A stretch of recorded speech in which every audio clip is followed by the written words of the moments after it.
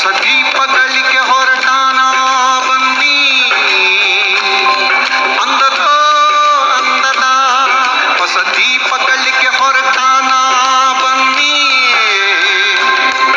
ಅಂದದ ಅಂದದ ಅಂದದ ಅಂದದ.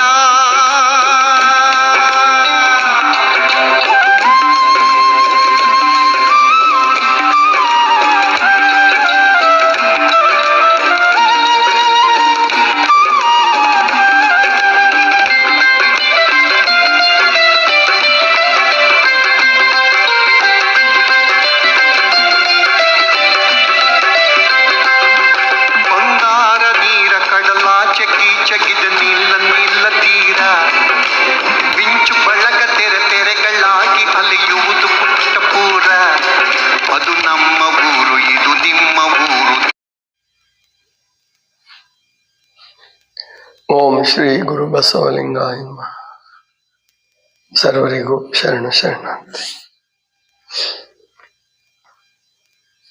ಇವತ್ತು ಜನವರಿ 31 ನಮ್ಮ ಕನ್ನಡದ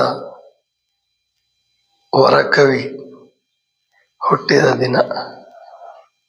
ಯಾರು ವರಕವಿ? ದ ರಾ ಬೇಂದ್ರೆ. ದತ್ತಾತ್ರೇಯ ರಾಮಚಂದ್ರ ಬೇಂದ್ರೆ ಅಥವಾ ಅಂಬಿಕಾತನಯ ದತ್ತ. ಅವ್ರ ತಾಯಿ ಹೆಸರು ಅಂಬಾಬಾಯಿ.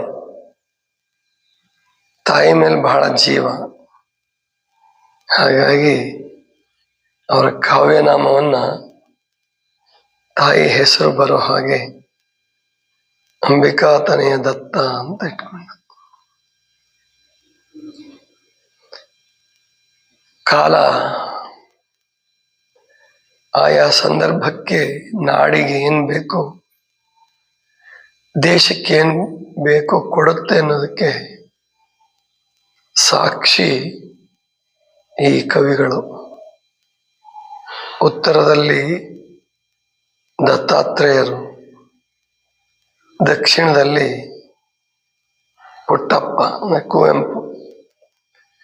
ಹೆಚ್ಚು ಕಡಿಮೆ ಒಂದೇ ಸಂದರ್ಭಕ್ಕೆ ಹುಟ್ಟಿದ್ರು. 8 ವರ್ಷ ವ್ಯತ್ಯಾಸ ಇರ್ಬೋದು ಅವರಿಬ್ಬರಿಗೆ. 8 ವರ್ಷ ಮೊದಲು ದ ರಾ ಬೇಂದ್ರೆ ಅವರು ಹುಟ್ಟಿದ್ರು, ನಂತರ ಪುಟ್ಟಪ್ಪನವರು ಹುಟ್ಟಿದರು. ಇಬ್ರು ಒಬ್ಬರಿಗಿಂತ ಒಬ್ಬರು ವಿಶೇಷ ಕವಿಗಳು. ಒಂದೊಂದರಲ್ಲಿ ಒಬ್ಬೊಬ್ರು ವಿಶೇಷ. ಅಂಬಿಕಾತನಯ ದತ್ತರು ಬಡತನದಲ್ಲಿ ಹುಟ್ಟಿ ಬಡತನದಲ್ಲಿ ಬಾಳಿ ಸಿರಿವಂತ ಬಾಳನ್ನು ಬದುಕಿದವರು. ಕುವೆಂಪು ಅವರು ಮಧ್ಯಮ ವರ್ಗದಲ್ಲಿ ಹುಟ್ಟಿ ಸ್ವಲ್ಪ ಶ್ರೀಮಂತರೇ, ಪ್ರಕೃತಿ ಶ್ರೀಮಂತಿಕೆಯನ್ನು ಅನುಭವಿಸಿದರು. ಪ್ರಕೃತಿ ದೃಷ್ಟಿಯಿಂದಲೂ ಕೂಡ ಅವರ ಮನೆ, ಕುಪ್ಪಳ್ಳಿಯಲ್ಲಿರ್ತಕ್ಕಂತಹ ಮನೆ, ಪಕ್ಕದಲ್ಲೇ ಕವಿಶೈಲ ಅಂತ ಮಾಡಿದ್ದಾರೆ ಈಗ ಒಂದು ಬಂಡೆ. ಇಂತಹ ಶ್ರೀಮಂತ ಸಂಸ್ಕೃತಿಯಲ್ಲಿ ಸಮೃದ್ಧ ಪ್ರಕೃತಿ ಪರಿಸರದಲ್ಲಿ ಹುಟ್ಟಿದವರು ಕುವೆಂಪು ಅವರು. ದ ರಾ ಬೇಂದ್ರೆ ಅವರಿಗೆ ಬಹಳ ಬಡತನ. ಮುಂದೆ ಮದುವೆ ಆದ್ಮೇಲೂ ಕೂಡ ಬಡತನವೇ. ಟೀಚರ್ ಕೆಲಸ ಸಿಕ್ಕಿತ್ತು, ಶಿಕ್ಷಕರಾಗಿದ್ರು, ಅದು ಹೋಯಿತು. ಹೀಗೆ ಬಡತನದಲ್ಲೇ ಬಾಳಿದ್ರು ಕೂಡ ಆ ಬಡತನದ ಬಾಳು ಕವನಗಳು ಹುಟ್ಟಲಿಕ್ಕೆ ಕಾರಣ ಆಯಿತು. ಗದಗ್ನಲ್ಲಿ ಒಂದು ಕೆಲಸ ಇತ್ತು ಅವರಿಗೆ. VDST ಸ್ಕೂಲ್ ಅಂತ ಇದೆ, ತೋಂಟದಾರ್ಯ ಮಠಕ್ಕೆ ಸ್ವಲ್ಪ ಸಮೀಪನೇ ಇದೆ. ಅಲ್ಲಿ ಅವರು ಶಿಕ್ಷಕರಾಗಿದ್ರು, ಪ್ರಧಾನ ಗುರುಗಳಾಗಿದ್ರು. ರಜೆ ಹಾಕಿ ಒಂದು ಕಾರ್ಯಕ್ರಮಕ್ಕೆ ಹೋಗಿದ್ರು. ಒಂದ್ ದಿವಸ ರಜೆ ಹಾಕಿದ್ರಂತೆ. ಅವರು ಬಹಳ ಸತ್ಕಾರ ಮಾಡಿ, ತುಂಬಾ ಒತ್ತಾಯ ಮಾಡಿ ಇವತ್ತೊಂದು ದಿವಸ ಇದ್ದು ಹೋಗಿ ಅಂದಿದ್ದಕ್ಕೆ ಅವತ್ತು ಯಾವುದೋ ಫೋನ್ ಆಗಲಿ, ಮೇಲ್ ಐ ಡಿ, ಇಮೇಲ್ ಆಗಲಿ ಏನೂ ಇರಲಿಲ್ಲ.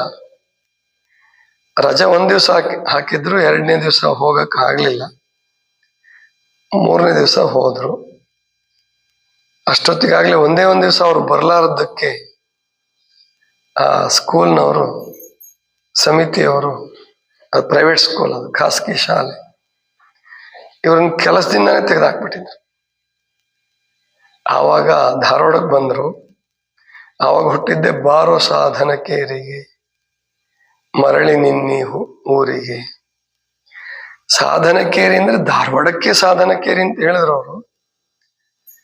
ಅದನ್ನು ಒಂದು ಏರಿಯಾಕ್ಕೆ, ಒಂದು ಪ್ರದೇಶಕ್ಕೆ ಈಗ ಸಾಧನಕೇರಿ ಅಂತ ಹೆಸರಿಟ್ಟಿದ್ದಾರೆ. ಬೇಂದ್ರೆ ಅವರು ಮನೆ ಇರ್ತಕ್ಕಂಥ ಜಾಗ, ಅವ್ರೇನು ವಾಕಿಂಗ್ ಹೋಗ್ತಿದ್ರು, ಆ ಒಂದು ಪ್ರದೇಶಕ್ಕೆ ಸಾಧನಕೇರಿ ಅಂತ ಹೆಸರಿಟ್ಟಿದ್ದಾರೆ. ಆದ್ರೆ ಅವ್ರು ಹಾಡ್ಕೊಂಡಿದ್ದು, ಬರೆದಿದ್ದು ಧಾರವಾಡವನ್ನೇ ಸಾಧನಕೇರಿ. ಬಾರೋ ಸಾಧನಕೇರಿಗೆ ಮರಳಿ ನಿನ್ನಿ ಊರಿಗೆ, ಮಳೆಯು ಎಳೆಯುವ ತೇರಿಗೆ. ಅಂದ್ರೆ ಧಾರವಾಡದಲ್ಲಿ ತುಂಬಾ ಮಳೆ ಆಗ್ತಿತ್ತು, ಗದಗಲ್ಲಿ ಮಳೆ ಕಡಿಮೆ ಇತ್ತು. ಅದಕ್ಕೆ ಧಾರವಾಡಕ್ಕೆ ಹೆಸರಿಟ್ರು ಏನಂದ್ರೆ ಮಳೆಯು ಎಳೆಯುವ ತೇರಿಗೆ. ಈ ಧಾರವಾಡ ತೇರು ಅಂತ ಅನ್ಕೊಂಡ್ರೆ ಅದನ್ನ ಎಳೆಯೋರು ಯಾರು ಅಂದ್ರೆ ಮಳೆನೇ ಅಂತ ಹೇಳಿದ್ರು. ಇನ್ನು ಅನೇಕ ಪ್ರಸಿದ್ಧ ಇದು. ನಾವು ಚಿಕ್ಕವರಿದ್ದಾಗ ಅಥವಾ ನೀವು ಎಲ್ಲರೂ ಚಿಕ್ಕವರಿದ್ದಾಗ ಅವ್ರದ್ದು ಕೇಳಿದ ಮೊಟ್ಟ ಮೊದಲು ಒಂದು ಹಾಡು ಯಾವ್ದಿರ್ಬೋದು? ಯಾರಾದ್ರೂ ಜ್ಞಾಪಿಸ್ಕೋಬಹುದಾ? ಯುಗಾದಿ ಹಬ್ಬ ಬಂದ್ರೆ ಅದನ್ನ ಹಾಕ್ತಾರೆ. ಯುಗ ಯುಗಾದಿ ಕಳೆದರು ಮತ್ತೆ ಮರಳಿ ಬರುತ್ತಿದೆ ಅಂತ ಹೇಳಿ. ಅಂದ್ರೆ ಎಲ್ಲರೂ ಸಾಮಾನ್ಯವಾಗಿ ಆ ಪದ್ಯ ಕೇಳ್ತಾನೆ ಬೆಳೆದಿದ್ದಾರೆ. ಯಾಕಂದ್ರೆ ಅದನ್ನ ಚಲನಚಿತ್ರ ಗೀತೆಯಲ್ಲಿ ಅಳವಡಿಸಿದ್ರು. ಅದನ್ನ ಯುಗಾದಿ ಹಬ್ಬದ ದಿವಸ ಹಾಕ್ತಾರೆ. ಆದ್ರಿಂದ ಯುಗ ಯುಗಾದಿ ಕಳೆದರು ಯುಗಾದಿ ಮರಳಿ ಬರುತ್ತಿದೆ ಅನ್ನುವಂತಹ ಹಾಡು. ಆಮೇಲೆ ಸಿಲೆಬಸ್ಗೆ ಇಟ್ಟಿರ್ತಾರೆ ಅವ್ರ ಪದ್ಯಗಳು. ಕರಡಿಯ ಕುಣಿತ ಅಂತಿತ್ತು, ಕುರುಡು ಕಾಂಚಾನ ಕುಣಿಯುತ್ತಲಿಹುದು, ಕಾಲಿಗೆ ಬಿದ್ದವರ ತುಳಿಯುತ್ತಲಿಹುದು. ಅದ್ಭುತವಾದ ಪದ್ಯಗಳು. ಅದರಲ್ಲೂ ಕುರುಡು ಕಾಂಚಾನ ಕುಣಿಯುತ್ತಲಿಹುದು, ಕಾಲಿಗೆ ಬಿದ್ದವರ ತುಳಿಯುತ್ತಲಿಹುದು. ಅಂದ್ರೆ ಬಡತನದ ಬಡ ಜನರನ್ನ ಶ್ರೀಮಂತ ಹೇಗೆ ಶೋಷಿಸಿ ಮೆರಿತಾನೆ, ಕಡೆಗೆ ಅವನ ಗತಿ ಏನಾಗತ್ತೆ ಅಂದ್ರೆ ಹ್ಯಾಂಗಾರ ಕುಣಿದು ಮಂಗಾಟ ನಡೆದಾಗ ಅಂಗಾತ ಬಿತ್ತು ಹೆಗಲಲ್ಲಿ ಎತ್ತು. ಹ್ಯಾಂಗಾರೆ ಕುಣಿದು ಮಂಗಾಟ ನಡೆದಾಗ, ಅದಕ್ಕೆ ಹೇಳೋರಿಲ್ಲ ಕೇಳೋರಿಲ್ಲ, ಹೆಂಗೆಂಗೋ ದರ್ಪ ಮಾಡಿ ಕೊನೆಗೆ ಸತ್ತು ಬೀಳ್ತಾನೆ. ಅಂದ್ರೆ ಎಲ್ಲರೂ ಸಾಯ್ಲೇಬೇಕಲ್ಲ. ಹಾಗೆ ಶೋಷಣೆ ಮಾಡಿದಂತ ಸಾಹುಕಾರನು ಸತ್ತು ಬಿದ್ದ. ಅಂಗಾತ ಬಿತ್ತು ಹೆಗಲಲ್ಲಿ ಎತ್ತು. ಅಂದ್ರೆ ಅಂಗಾತ ಬಿತ್ತು ಸತ್ ಬಿದ್ದ, ಅವನನ್ನು ಎತ್ಕೊಂಡು ಹೋಗ್ರಿ. ಅಂದ್ರೆ ಎಲ್ಲಾ ಶೋಷಣೆಗೂ ಕೊನೆ ಇರ್ತದೆ, ಎಲ್ಲಾ ದರ್ಪಕ್ಕೂ ಕೊನೆ ಇರುತ್ತೆ ಅನ್ನುವಂತಹದ್ದನ್ನ ತುಂಬಾ ಚೆನ್ನಾಗಿ ಹೇಳ್ತಾರೆ. ಬಹಳ ಅದ್ಭುತ. ಶಬ್ದಗಾರುಡಿಗ ಅಂತ ಕರೀತಾರೆ ಅವ್ರಿಗೆ. ಶಬ್ದಗಳ ಜೊತೆ ಆಟ ಆಡ್ತಾರೆ. ಅಷ್ಟು ಚೆನ್ನಾಗಿ ಬರೆದಂತಹ ವರ ಕವಿ. ಇಬ್ರಿಗೂ ಜ್ಞಾನಪೀಠ ಪ್ರಶಸ್ತಿ ಸಿಕ್ತು. ಮೊದಲು ಕುವೆಂಪು ಅವ್ರಿಗೆ ಸಿಕ್ತು, ಆನಂತರ ಬೇಂದ್ರೆ ಅವ್ರಿಗೆ ಸಿಕ್ತು. ಅಂತಹ ಒಬ್ಬ ಕವಿಯ ಹುಟ್ಟಿದ ದಿನ. ಮತ್ತು ಅಂದ್ರೆ ಏನಕ್ಕೆ ಇವನ್ನೆಲ್ಲ ನೆನೆಸ್ಕೋಬೇಕು ನಾವು ಅಂದ್ರೆ, ಕವಿಗಳು, ಸಾಹಿತಿಗಳು, ಸಂತರು, ಶರಣರು ತಮ್ಮ ಮಾತುಗಳನ್ನ ಉಳಿಸಿ ಹೋಗ್ತಾರೆ. ನಮ್ಮ ನಿಮ್ಮ ಮಾತುಗಳು ಉಳಿಯಲ್ಲ. ಬೇಕಾದಷ್ಟು ಮಾತಾಡ್ತೀವಿ, ಉಳಿಯೋದಿಲ್ಲ. ಯಾರು ಬರೆದಿಟ್ಕೊಂಡು ನೆನೆಸ್ಕೊಳ್ಳೋದಿಲ್ಲ. ಆದ್ರೆ ಬಸವಣ್ಣನವ್ರ ಮಾತುಗಳನ್ನು ನೆನೆಸ್ಕೊಂತೀವಿ, ಮಂತ್ರದ ಥರ ಮತ್ತೆ ಮತ್ತೆ ಹೇಳ್ತೀವಿ. ಮತ್ತೆ ಬೇಜಾರಾಗಲ್ಲ ನೋಡ್ರಿ ಅವು. ಈ ನಮ್ಮ ಯಾರ್ದೋ ರಾಜಕಾರಣಿಗಳ ಭಾಷಣ ಕೇಳಬೇಕಂದ್ರೆ ಒಂದ್ಸಾರಿ ಮಾತಾಡಿದ್ದನ್ನೇ ಇನ್ನೊಂದ್ಸಾರಿ ಮಾತಾಡ್ದ ಅಂದ್ರೆ ಅದು ಬೇಜಾರು ಬರ್ತದೆ. ಆದ್ರೆ ತಂದೆ ನೀನು, ತಾಯಿ ನೀನು, ಬಂಧು ನೀನು, ಬಳಗ ನೀನು, ಯಾರಿಗಾರ ಬೇಜಾರಾಗಿತ್ತೇನು? ಯಾರಿಗೂ ಬೇಜಾರಾಗಿಲ್ಲ. ಅದು ಯುಗ ಯುಗಾದಿ ಕಳೆದರು ಯುಗಾದಿ ಮರಳಿ ಬರುತ್ತಿದೆ, ಯಾರಿಗಾರ ಬೇಜಾರಾಗಿದೆ? ಇಲ್ಲ. ಅಂದ್ರೆ ಅವರು ಹೇಳುವಾಗ ಅವರು ಸಾಮಾನ್ಯ ಸ್ತರದಲ್ಲಿ ಹೇಳೋದಿಲ್ಲ. ಅದನ್ನ ಜನ್ಮ ಜನ್ಮಾಂತರದ ಸಾಧನೆಯ ಫಲವಾಗಿ ಅವರ ಮನಸ್ಸು ಹೃದಯದಲ್ಲಿ ಅರಳಿ ಮೆದುಳಲ್ಲಿ ಕೆಲಸ ಮಾಡಿರ್ತವೆ. ಅಂತಹ ವಚನಗಳು, ಅಂತಹ ಹಾಡುಗಳು, ಅಂಥವೆಲ್ಲ ಹುಟ್ಟುವಾಗ ಅವರ ಮನಸ್ಸು ಕೆಳಮುಖವಾಗಿರೋದಿಲ್ಲ, ಊರ್ಧ್ವಮುಖವಾಗಿ ಮೇಲ್ಮುಖವಾಗಿರ್ತದೆ. ಹೃದಯದಲ್ಲಿ ಹುಟ್ಟುತ್ತದದು, ಹೃದಯದ ವಾಣಿ. ಇನ್ನು ಬಾಕಿಯವ್ರದೆಲ್ಲ ಎಲ್ಲೆಲ್ಲ ಹುಟ್ಟುತ್ತದೆ, ಹೊಟ್ಟೆಯಾಗ ಹುಟ್ಟುತ್ತದೆ, ವಿಕಾರದಿಂದ ಹುಟ್ಟುತ್ತೆ, ಸಿಟ್ಟಿನಿಂದ ಹುಟ್ಟುತ್ತೆ, ಅಥವಾ ಚಟದಿಂದ ಇನ್ನೊಬ್ಬರ ಬಗ್ಗೆ ಮಾತಾಡ್ಕೊಳ್ಳೋದು, ಅದೊಂದು ಚಟ. ಇಂತಹ ಮಾತುಗಳು ಉಳಿಯೋದು ಇಲ್ಲ. ಉಳಿದ್ರು ಅವು ಬೇಸರ ಆಗ್ತಾವ. ಅವು ಮತ್ತೆ ಮಾತಾಡಿದರೆ ಬೇಸರ ಆಗತ್ತೆ. ಅಂತಹ ಮಾತುಗಳನ್ನು ಕಡಿಮೆ ಮಾಡಿ ಇಂತಹ ಹಾಡುಗಳನ್ನ, ಇಂತಹ ವಚನಗಳನ್ನ ನೆನೆಸ್ಕೊಳ್ಳೋದು.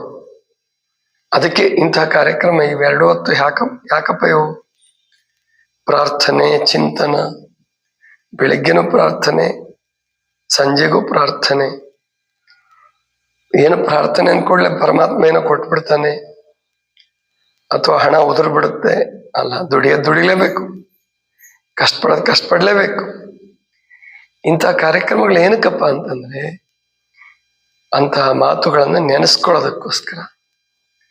ಆವಾಗ ನಮ್ಮ ಬದುಕಿನಲ್ಲಿ ಬರುವ ದುಃಖ, ನೋವು, ನಿರಾಶೆ ಅವೆಲ್ಲ ಹೋಗಿ ಅಥವಾ ಅವೇ ಪ್ರಸಾದೀಕರಣಗೊಂಡು ಉತ್ಸಾಹ, ಹುಮ್ಮಸ್ಸು, ತಾಳ್ಮೆ, ಶಾಂತಿ, ಕಡೆಗೆ ಅದೇ ಭಕ್ತಿಯಾಗಿ ಪರಿವರ್ತನೆ ಆಗುತ್ತೆ. ಈ ಎಲ್ಲ ಸದ್ಗುಣಗಳು ಒಟ್ಟುಗೂಡಿದರೆ ಅದು ಭಕ್ತಿ ಆಗತ್ತೆ. ಅಂತಹ ಭಕ್ತಿಯನ್ನು ಬೆಳೆಸ್ಕೊಳ್ಳೋದಕ್ಕೆ ಇಂತಹವನ್ನ ನಾವು ಮತ್ತೆ ಮತ್ತೆ ಹಾಡಬೇಕು, ಮತ್ತೆ ಮತ್ತೆ ನೆನೆಸ್ಕೋಬೇಕು, ಮತ್ತೆ ಮತ್ತೆ ಹೇಳಬೇಕು, ಮತ್ತೆ ಮತ್ತೆ ಕೇಳಬೇಕು. ಇದಿಷ್ಟು ಇವತ್ತಿನ ಚಿಂತನ. ಸರ್ವರಿಗೂ ಶರಣ.